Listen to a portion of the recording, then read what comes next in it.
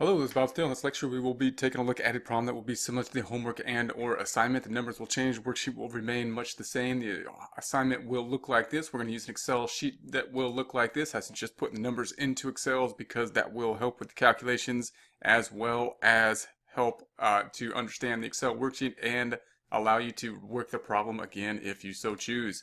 So we have the company set the following standard unit cost for single products. So we've got direct materials, direct labor, factory overhead, and factory overhead both variable and fixed. And then we have the production overhead rate is based on the planned operating volume of 80% of the production capacity and 60,000 units per quarter. The following flexible budget information is available. So they gave us if we're at 70, 80, or 90% the production in units, standard direct labor hours, budgeted overhead, both fixed and variable. And then it says during the current quarter, the company operated at 90% of capacity and produced 54,000 units of product. Actual direct labor totaled 265,000 hours. Unit produced were assigned the following standard costs. So we have the direct material, the direct labor, the factory overhead, and then we have the actual costs. So this was what was predicted. And then the actual cost that happened. We have the direct material, the factory overhead, and the fixed factory overhead cost and the variable. Now I'm going to start off this time by basically putting this information into a worksheet for my data up here. Now if you want to add this to your worksheet, that could work, or you can just use the numbers from the worksheet here. If you do start to use these data worksheets, I suggest making separate units as much as possible, meaning instead of writing 30 lbs for the 30 pounds or in the 5 hours, you might want to put the units in a separate as the type of unit so that you can reference them. I'll be able to reference these in our worksheet, and that allows for changes in terms of if we have a budget and we want to change numbers. So basically I've put this same information, 34, so 30 and 4 and the 20. If we multiply that out, 5, 14 and the 70, and then we add it up to the 280. Same information here. I just put this data here, and then I just listed out that we have 90, 54, and 265 here. So this is coming from the data set, and this being the standard, this being the actual. So we're going to take this data now, and of course what we do is we come up with the standard, we make it flexible so that we can then make comparisons, and then we want to compare it to see what has happened at the end of the day. So first we're going to take a look at the variance between the direct materials variance, and if we took the total variance, meaning the difference between what we budgeted to happen and what we've happened to happen, we could break that variance then out into its components, that components being the price variance and the quantity variance. So that's what we're trying to drill down on. Is it that the price of the materials is off or different than what we budgeted it to be? Or is it that we used more or less material than we budgeted it to be? So first we'll look at this variance here. We're going to take the actual quantity. So we'll take the actual quantity, if we're looking at the actual area here, and we're taking the quantity here, and we're going to compare that to the actual price being here. And if we'll multiply that out, we're going to say this is what actually happened, actual quantity times actual price.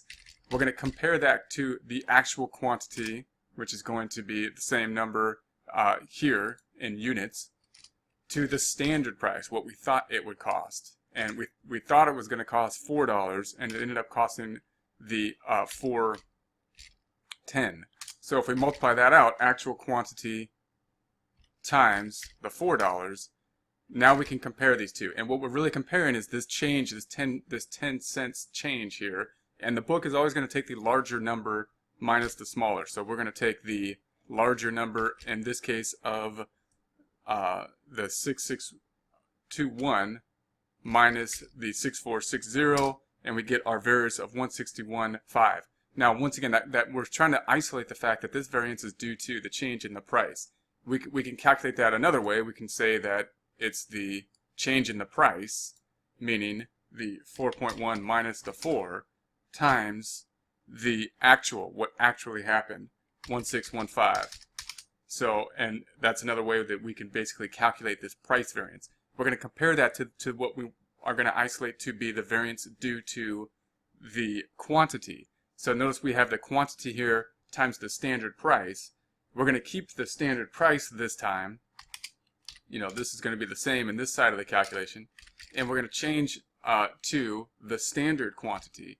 So the standard quantity being up here. And if we multiply this out, now we're going to take the standard quantity times this, the standard price. And now we're going to take these differences here. So now we're going to take, once again, we're going to take the larger one, which is going to be this one, minus this one. And now we're going to have this variance due to, in this case, the price. Once again, we could calculate that a separate way over here. What we're really doing, another way of looking at what we're doing, this is a less kind of pictorial way of doing it, is we're comparing the actual and the standard quantity. The difference in the quantities being 1620 and 1615 times the standard price, the price we thought it was going to be, and that's going to give our difference there. Now, if these are both going, these are actually going opposite ways, and again, they're using whatever number to be a greater sign. So if we took this minus this, then we're going to get our 141.5, and that's the total variance. So we took the total variance and kind of broke it out pictorially between its two components. And if we break that out this way, we can also see that the direct material price variance, we're going to say, is this 161.5, and it's unfavorable. Why is it unfavorable? Because the price is higher than we budgeted it to be. On the direct materials quantity variance, that's this number, we're saying that that is actually favorable. Why is it favorable? Because the actual amount that we used is less than the amount that we budgeted to use. So we were actually more efficient in the use of the material. That's why it's a subtraction problem. This minus this gives us an unfavorable total. So if we were looking at it as a whole, we would just see this 141.5, and we might not know what the difference is due to. Is it due to price, or is it due to quantity? Quantity, we were actually more efficient. Price variance is much higher. Maybe we bought more quality stuff, and therefore it took less to do that. That could be one interpretation of the data here. Now we're going to take a look at the same type of analysis in terms of labor. So if we take a look at, so we'll start off with the actual hours. So we're going to take the actual hours from our data in terms of labor. So we're looking in the actual area, and we're looking for hours, which is the 265 actual hours. We're going to compare that to the actual rate. So this is what actually happened, actual hours, and the rate being for direct labor 1375. So if we multiply that out, the hours times the hourly rate, we come up to this number here. We're going to compare that to the actual hours. Once again, same number as this number, but I'll get it from up here in the actual table for hours labor. And we're going to compare that to the standard rate. This is the thing that is changing. So the standard rate now is the rate we thought we would pay. The budgeted rate you can think of as 14. So the thing that is changing is this 14 versus the 1375 in the calculation. If we multiply the actual hours times the standard rate, this is what we budgeted to happen based on the actual hours. And if we subtract it out, once again, I'm just going to take the larger number, this number minus this, that will give us our variance. Now, we can also calculate that the other way. We can say, well, what the change that we're really looking at is this change, the 14 minus the 13.75. That change in rate that we thought that we were going to pay individuals, and we're multiplying that times what actually happened, the actual hours, 265, and that gives us our change here. The other thing that could have happened is that we're going to compare the hours, that the actual hours versus the standard hours. So first we're going to take the standard hours. So this is what we budgeted to happen, standard hours 270, and this is what actually happened. The actual hours down here are in the actual area, the 265,000. Whoops, I'm sorry. We're going to times that times the standard rate. Standard rate being the 14 up here. So now we're comparing the change then of the standard hours times the actual hours, and we're using the standard rate, the rate that we thought should be happening. So if we multiply this out, we got the standard hours times the standard rate, and we compare that to this calculation over here. Now I'm going to take the larger number and subtract it out again. So it's going to take this one minus this one, because that's how it shows in Connect. We get our 70,000 difference. And once again, we can calculate that looking at the change that we're really narrowing down on is the amount of hours, this 270 that we thought was going to happen versus what actually happened, 265,000. And we get the 5,000 times the rate that we thought was going to happen, 14, gives us our 70,000.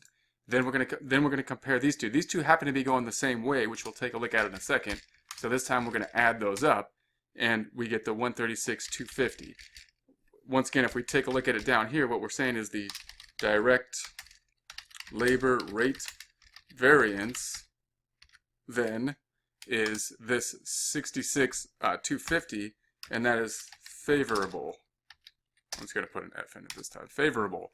And why is it favorable? Because the rate that we actually paid was cheaper than the rate that we thought we were going to pay. So the actual rate per hour was less. Therefore, it led to that favorable difference.